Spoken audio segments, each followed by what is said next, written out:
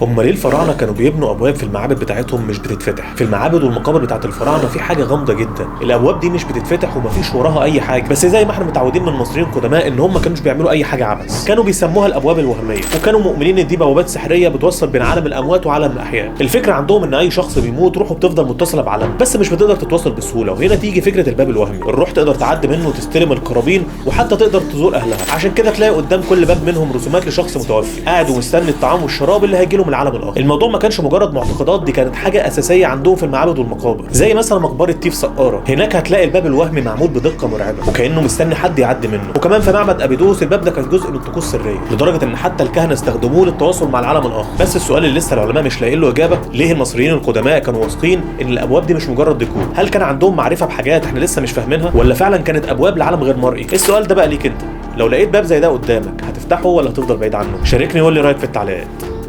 سلام.